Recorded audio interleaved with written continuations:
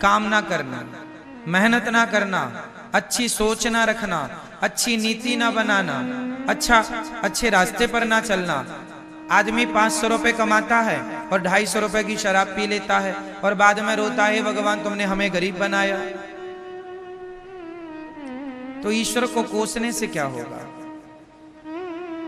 आप जो कमाते हैं कितना बचाते हैं, क्या उपयोग करते हैं? भगवान ने 2 हाथ आपको भी दिए हैं, 2 हाथ टाटा बिरला अडानी अंबानी को भी दिए हैं। उनके कोई 4-6 हाथ तो है नहीं, क्यों जी हैं? टाटा बिरला जी के कितने हाथ हैं? 2। आपके कितने हैं? उनकी भी 2 आंखें हैं। आप उनका भी वजन उतना ही होगा लगभग जितना आपका होगा लगभग। वो भी ऑक्सीजन लेते हैं, अपन लोग भी ऑक्सीजन। वो भी दाल रोटी खाते होंगे, अपन भी दाल रोटी खाते हैं। फर्क इतना है कि वो अपने समय का सदुपयोग करते हैं, उनकी नीतियां अच्छी हैं, सही रास्ते पर चलते हैं। हम लोग पड़े हैं बिस्तरों में, 10-10 बजे तक तो सोते हैं, रात के 12 बज जाते हैं सोने में, 1 बजे तक मस्ती करते हैं, मोबाइल व्हाट्सएप फेसबुक चलाते हैं और सवेरे 10 बजे तक सोते हैं। ना उठने का समय है, ना सोने का समय है, ना काम करने की जिम्मेदारी है आज के लोगों में। 10 बजे ऑफिस खुलने का समय है, साहब 10:30 बजे आ रहे हैं। आधा घंटा लेट कैसे हो गए? चाय में लेट हो गए, चाय में लेट हो गए। चाय 5 रुपए की है और 30 मिनट कितने के हैं? चाय की कीमत बाजार में 10 रुपए होती है, 20 रुपए होती है, और क्या होगी? 30 मिनट कितने महंगे हैं बताओ? 30 मिनट, चलो 15 मिनट कीमती है या 1 कप चाय कीमती है? हमारे देश में ऐसे कितने लोग मिल जाएंगे जो 1 कप चाय के लिए अपना 15 मिनट बिगाड़ देते हैं? हाँ या ना? सही है ये बात? हमारे देश में ऐसे कितने लोग हैं जो 1 कप चाय के लिए कितने मिनट बिगाड़ देते हैं? 15 मिनट, 20 मिनट। चाय तो मिल जाएगी, पर जो 15 मिनट बिगाड़ दिए आपने वो नहीं मिलेगी। क्या निष्कर्ष निकला? कि हमारे देश में समय की वैल्यू नहीं है। कुछ लोगों के पास समय की वैल्यू नहीं है। काश समय को महत्व दिया होता। कहते हैं समय को कभी न ठुकराइएगा, समय को आपने एक बार ठुकराया तो समय आपको बार बार ठुकराएगा, इसलिए समय को ना ठुकराइएगा। समय बड़ा बलवान होता, पुरुष बली नहीं होता है, समय होत बलवान। भीलन गोपी लूट लई वही अर्जुन वही वाण। समय समय की बात है, तो समय बड़ा बलवान होता है। मेरी माँ, समझाओ ये बात अपने बच्चों को कि समय का दुरुपयोग ना करें। कुछ भी तूफान आ जाए, कुछ भी हो जाए, पर अपने समय से अपना काम करना सीखो, समय का सदुपयोग करना सीखो, कुछ करना सीखो। खाली फुर्सत बैठना मतलब मूर्खता। करते रहिए, करते रहिए। कुछ ना करो तो शास्त्रों को पढ़ते रहिए, गीता को पढ़ते रहिए, कुछ सीखते रहिए। हर दिन हमें कुछ ना कुछ नया सीखना चाहिए, रोज हमें कुछ ना कुछ सीखना चाहिए। सही है मैया? समझ में आ रही है? सीखते रहो, आगे बढ़ते रहो, करते रहो कुछ। काम करने वाला व्यक्ति शारीरिक रूप से भी स्वस्थ होता है और मानसिक रूप से भी स्वस्थ होता है। अकर्मण्य आदमी बैठा बैठा बीमार पड़ जाता है, मानसिक रूप से भी ग्रसित हो जाता है, परेशान हो जाता है। बुढ़ापा आ गया, इसका मतलब ये नहीं कि आप कुछ नहीं करेंगे। आप मंदिर में जाके कीर्तन ही करिए, गीता का पाठ करिए। बुढ़ापा है, रामायण, अच्छे संस्कार दीजिए गांव के लोगों को, मोहल्ले के लोगों को, सोसाइटी के लोगों को। अच्छा काम करिए।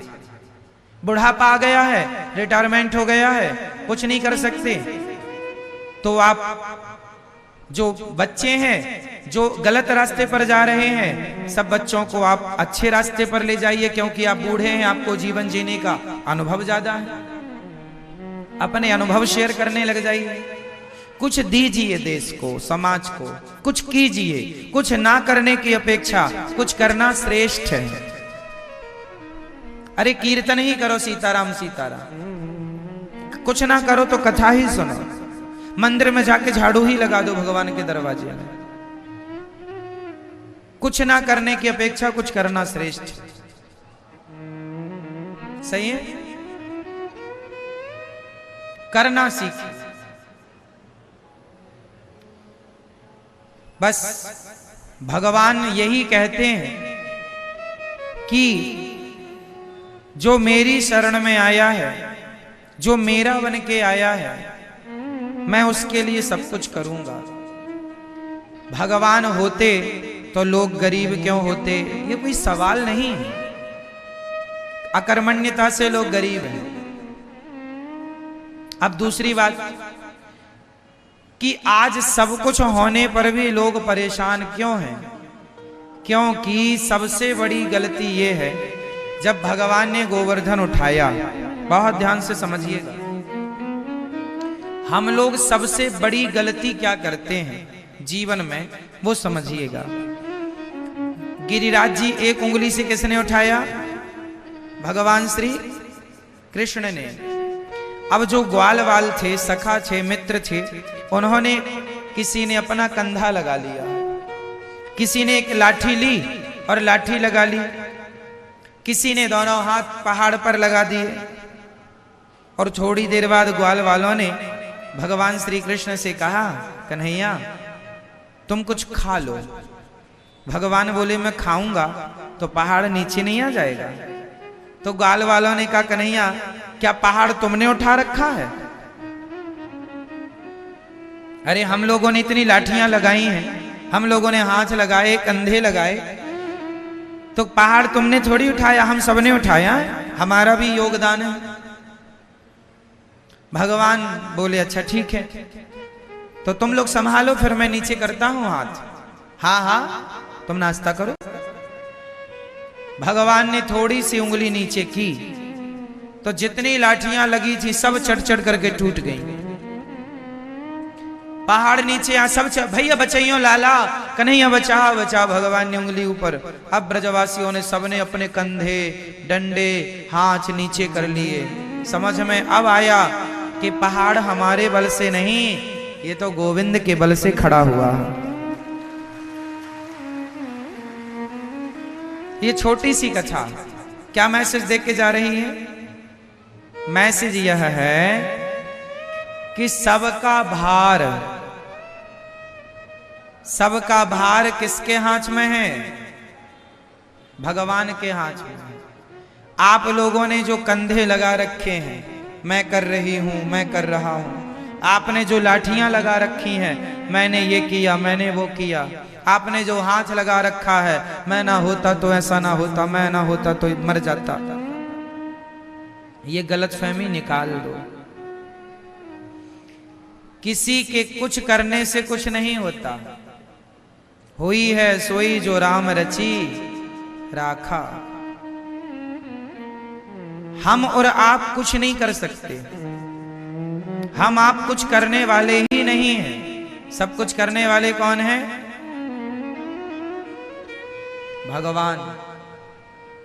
जो लोग इस सच्चाई को नहीं स्वीकार करते, जो लोग इस सच्चाई को नहीं मानते, वो लोग दुखी होते हैं।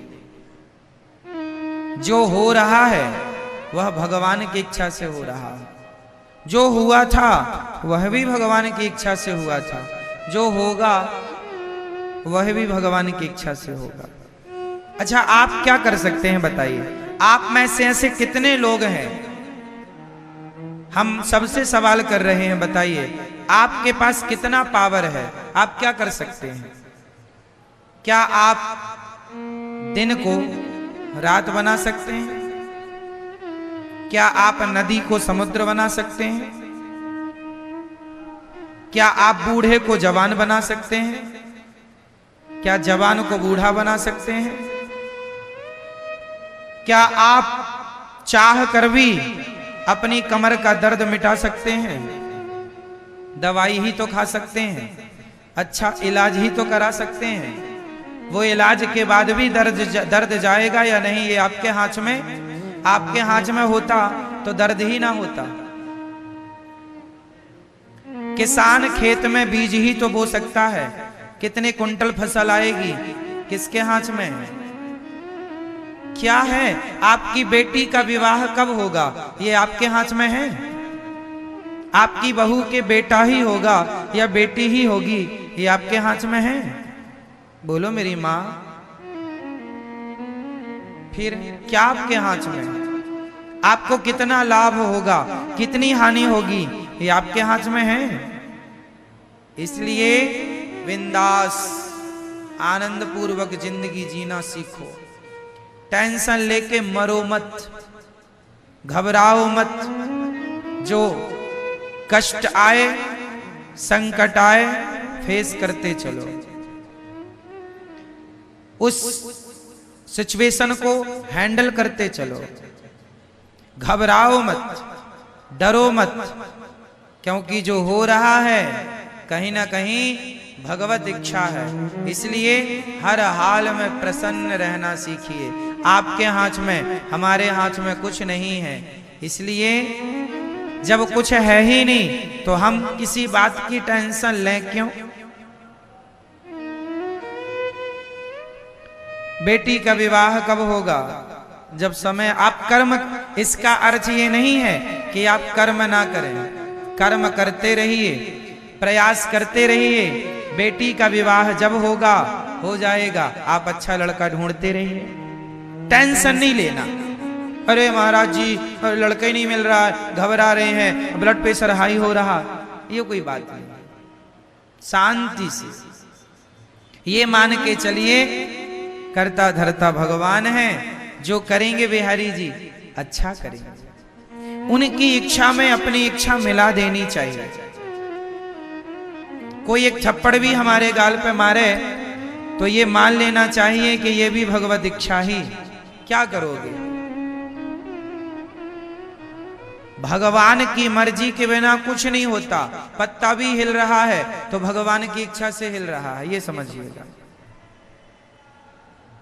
अब आप फिर सवाल करेंगे कि फिर जो लोग चोरी करता है तो क्या वो भी भगवान की इच्छा है? हाँ, वो भी भगवान की इच्छा है। क्योंकि जब वो चोरी करेगा, पकड़ा जाएगा तो उसको दंड मिलेगा। दंड क्यों मिलेगा? क्योंकि उसके कर्मों के अनुसार उसके भाग्य में दंड का विधान था। तो वो वैसी जैसी होनी होगी वैसी करेगा। भगवान बुद्धि मति गति वैसी बना देते हैं। जो होना होता है तब मति गति भगवान वैसा ही हम और आपको सोच भी नहीं। हम और आप जो सोचते हैं वह भी कंट्रोल भगवान के हाथ में होता है। हम उतना ही सोच सकते हैं जो भगवान सोचवाएंगे, उतना ही बोल सकते हैं जितना भगवान बुलवाएंगे, उतना ही कर सकते हैं जितना भगवान करवाएंगे। क्योंकि हम कठपुतली हैं, सब ही नचावत राम गोसाई। आज का आदमी व्यर्थ में टेंशन लेता है, व्यर्थ में परेशान होता है। ये जिंदगी परेशान होने के लिए नहीं मिली, ये जिंदगी मस्त होकर के जीवन जीने के लिए मिली है। खूब बिंदास जियो, आनंद से जियो, प्रसन्न चित्त से जियो। जो हो रहा है उसे भगवत इच्छा मानकर चलते रहो। आनंद के लिए जीवन मिला है, दुखी होने के लिए जीवन नहीं मिला कि जरा सा संकट आया दुखी होने लग गए, रोने लग गए। अरे जब अच्छा समय आता है आदमी का तो वो जब अच्छा समय आता है तो आदमी उस अच्छे समय को एक्सेप्ट करता है, स्वीकार करता है। तो बुरा वक्त आए तो उसे क्यों ना स्वीकार किया जाए। इसलिए हर समय को भगवान की कृपा मानकर, भगवान का प्रसाद मानकर उसे स्वीकार करना चाहिए।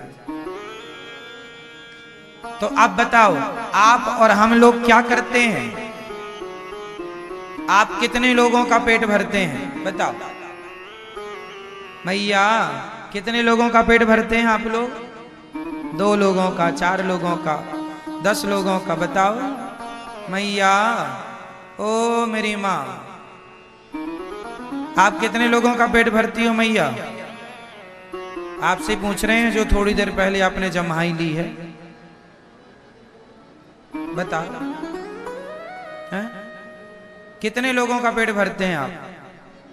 10 लोगों का?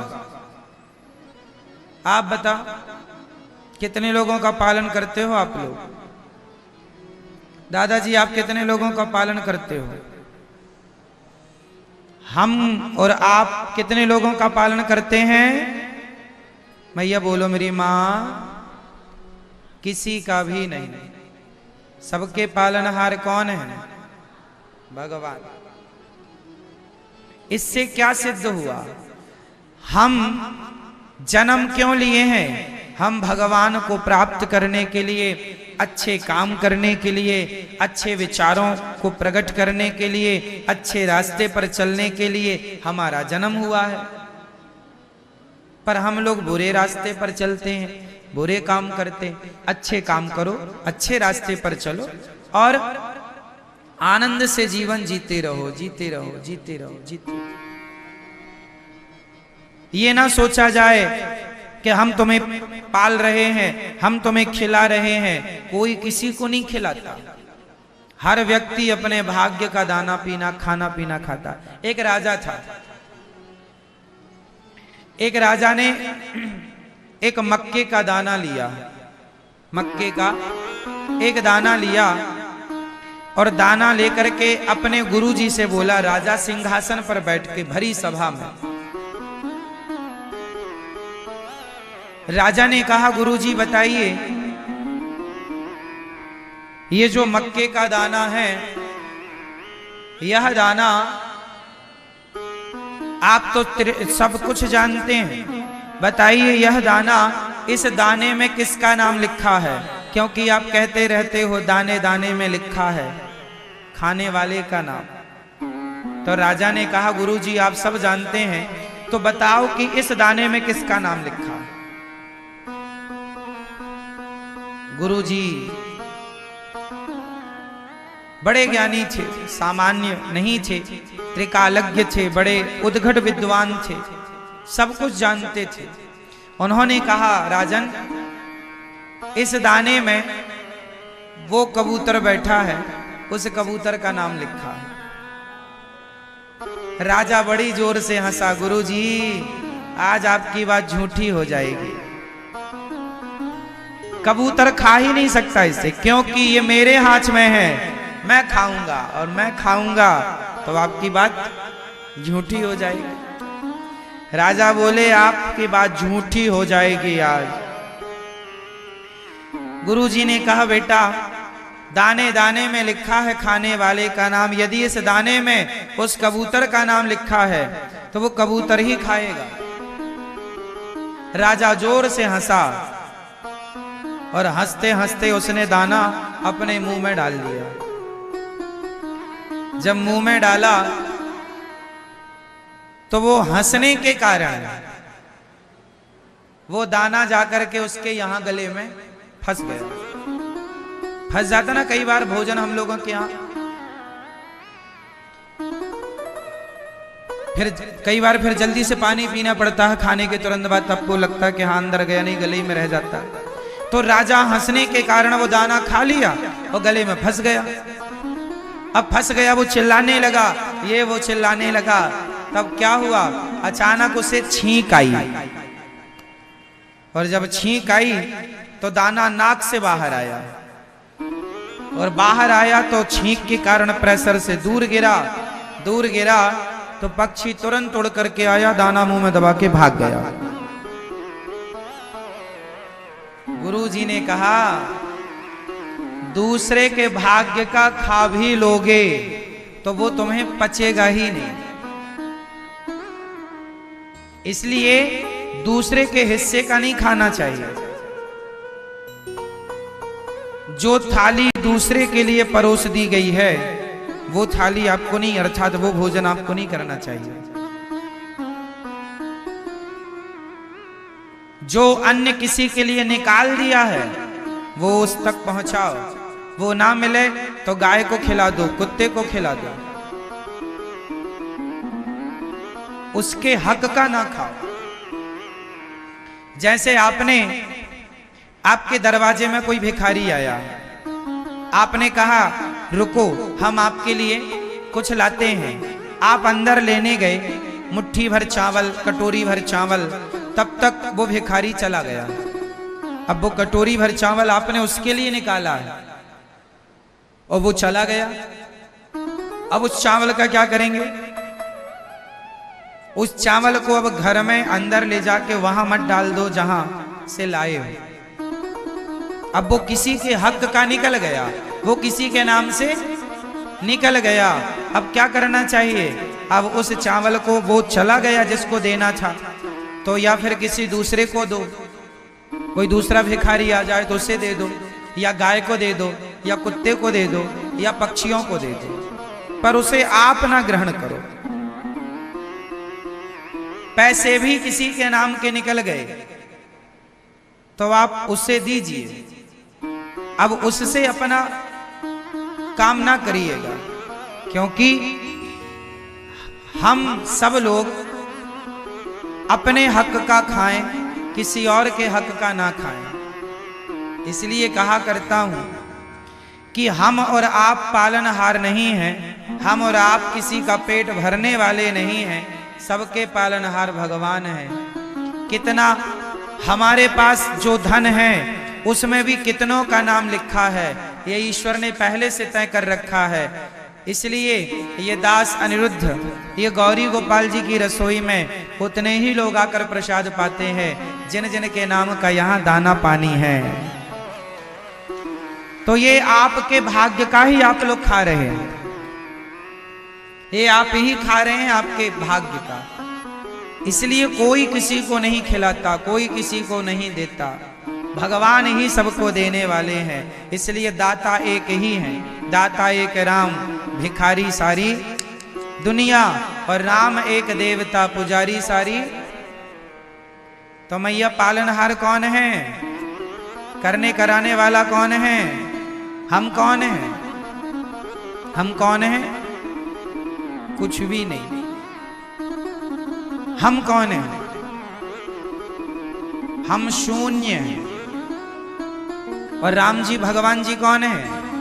अंक। अच्छा बताओ, शून्य बड़ा कि अंक बड़ा? शून्य बड़ा कि अंक? जोर से। अंक। एक दिन शून्य को घमंड आ गया। शून्य ने कहा अंक से, अरे अंक तुम तो एक एक चलते हो, हम 10 चलते हैं। तुम 1 कदम चलते हो, हम 10 कदम चलते हैं। तुमसे बड़े हम हैं, तुम्हारी कोई हैसियत नहीं है, अपनी हैसियत में रहा करो। अंक से कहा शून्य ने, क्योंकि 1 के पीछे शून्य लगा देने से क्या हो जाता है? 10। मतलब शून्य संख्या को 10 गुना बढ़ा देता है। सही है? 2 शून्य लगने से संख्या हो जाती है 100। तो शून्य जो है संख्या को 10 गुना बढ़ाता है। तो शून्य ने कहा संख्या तुम्हारी कोई वैल्यू नहीं है, क्योंकि तुम 1 2 3 4 चलती हो 1 कदम, हम सीधा 10 कदम चलते हैं। तो अंक बोला, संख्या बोली, शून्य भाई साहब यदि आप बड़े हैं तो एक काम करो, फिर आप ही बैठो, हम चली। तो शून्य शून्य रह गए 5, आगे की संख्या हट गई। 5 शून्यों की भी वैल्यू तब है जब सामने संख्या हो। 2 शून्यों की भी वैल्यू तब है जब सामने अंक हो, संख्या हो। अंक नहीं तो शून्य का कोई अस्तित्व नहीं। उसी प्रकार राम नाम एक अंक है, बाकी साधन शून। राम रहे 10 गुण है, राम बिना सब शून।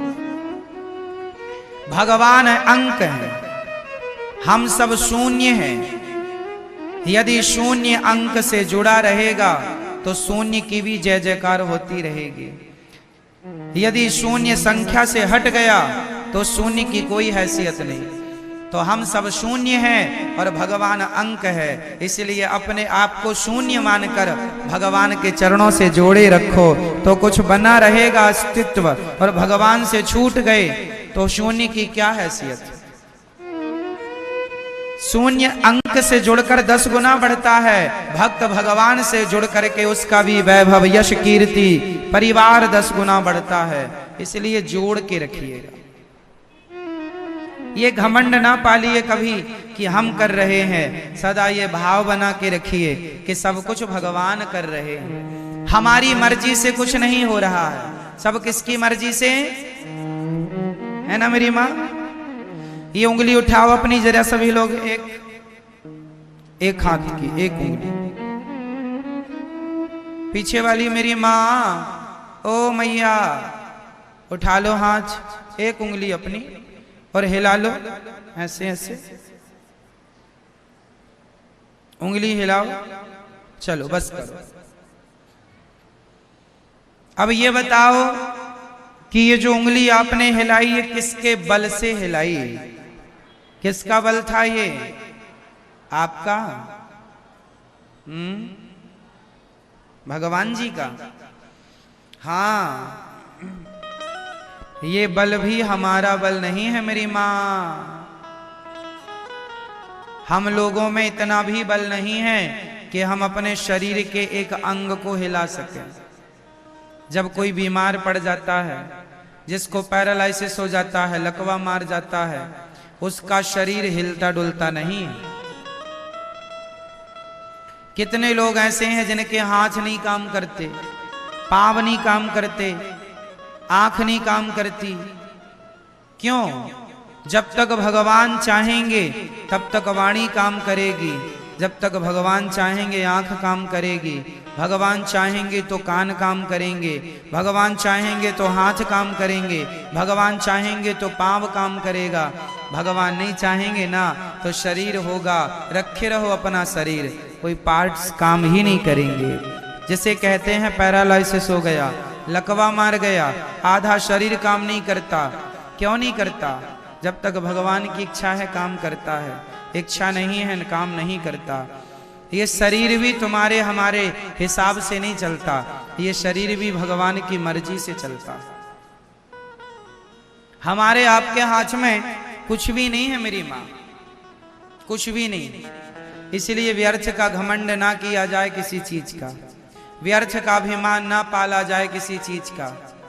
माल खजाना को तो छोड़ दो मेरी माँ, ये शरीर भी अपनी संपत्ति नहीं।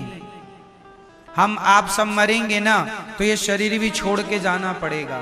इसका अर्थ यही है कि हम घमंड किसका करें। ये उंगली भी हम अपने बल से नहीं हिला रहे, इसमें भी भगवान की शक्ति है। जो बीमार पड़ जाता है, कई बार आप इतने बीमार पड़ जाते हैं कि आपको हाथ पांव हिलाने की भी हिम्मत नहीं बचती। आप लोग कई बार कहते हैं हमारी आंख खोलने की हिम्मत नहीं है बीमार पड़ने पर। ऐसा होता है कि नहीं कि आंख खोलने की भी हिम्मत नहीं है? तो ये जो हिम्मत कह रहे हो आप, ये हिम्मत कहां से आ रही है? कौन है ये आंख खोलने की हिम्मत देने वाला, चलने फिरने की हिम्मत देने वाला? तो क्यों हम ये कहें कि ये सब हम कर रहे हैं? हम कौन हैं ये बताओ, हम कौन हैं? कौन है आप? आपका परिचय क्या है? कौन है आप? कुछ भी नहीं है हमारा अस्तित्व, फिर भी हम लोग अपनी डींगे मारते फिरते हैं। हम ये हम वो ना, कुछ नहीं है। अभिमान त्याग दो, मिटा दो। जब हमारा शरीर पूरा हो जाता है, जब मृत्यु आती है ना, तो हम लोग जल जाते हैं। और जलने के बाद क्या बचती है हमारी? जोर से, सिर्फ राख। कितने रुपए के घड़े में आ जाती है? बोलो। मैया 25 गया जमाना, 25 वाला 50 हो गया, महंगा हो गया घड़ा। 50 रुपए के घड़े में तुम्हारी पूरी राख आ जाएगी। जो बड़ी बड़ी बातें करते थे, बड़ी गाड़ी बड़े बंगले का बड़ा रुतबा दिखाते थे, बड़ी अकड़ दिखाते थे, उड़ रही है तुम्हारी राख। 50 रुपए के घड़े में पूरी की पूरी, है ना। जब तक जिंदा थे तो कितना सामान था, मर गए तो मुट्ठी भर राख रह गई है। ये सच्चाई है। कितने ऐसे आपने देखे होंगे जो आपके देखते देखते जिनका नाम, जिनका यश, जिनकी कीर्ति सब कुछ पड़ा का पड़ा, धरा का धरा रह गया, अंत में मुट्ठी भर राख बन गए। हाँ, आप में से कितने लोग ऐसे हैं जो एक दिन राख हो जाएंगे? अरे सब लोग हैं, सब। तो आप लोग राख हो क्या? हाँ, हम भविष्य की राख हैं। हम भविष्य की उड़ती हुई राख हैं, धूल हैं। इसलिए भगवान के चरणों की धूल ही माना करो कि हे नाथ, जब मैं मर जाऊंगा और मेरे शरीर की राख उड़ उड़ के वो धूल का कण बिहारी जी के चरणों में जाकर चिपक जाएगा तो जीवन सार्थक हो जाएगा। राधे तेरे चरणों की गर धूल जो बन जाऊं। ये धूल है। आप हम एक दिन इसी धूल मिट्टी में मिल जाएंगे। आज नहीं कल, कल नहीं परसों, 2030 तक नहीं तो 2040 तक, 2040 तक नहीं तो 2050 तक, 2050 तक नहीं तो 2060 तक, 2060 तक नहीं तो 70, 80, 90 तक। और बताओ क्या बोल दें हम? पार करा दें 2000 को? नहीं, ये सच्चाई है। अब बताओ, जब हम राख हैं भविष्य की मुट्ठी भर, तो अब एटीट्यूड किसका करें, घमंड किसका करें? हम बताओ, झगड़ा किससे करने जाएं? अब किससे लड़ें? ये शरीर हमारा झगड़ा करने के लिए नहीं मिला, लड़ने के लिए नहीं। हम किस किस के दोष देखें? इसलिए अपने दोष देख लो और भगवान के गुणों में मस्त रहो। भगवान जैसा कोई गुणी नहीं और हमारे जैसा कोई दोषी नहीं। बुरा जो देखन में चला, बुरा न मिलिया कोई, जो दिल खोजा आपना, हमसे बुरा ना। हम बुरे हैं, भगवान अच्छे हैं। अच्छाई भगवान की देख लो, बुराई स्वयं की देख लो, बात खत्म। व्यर्थ का झूठा एटीट्यूड, अभिमान, हमें जानते नहीं, कॉलर खड़ी कर करके लोग हैं डींगे मारते रहते हैं, व्यर्थ का गाल बजाते रहते हैं। कौन बचा है जो तुम बचोगे? इतनी लंबी लंबी बातें ना किया करो, सपनों में ना जिया करो, यथार्थ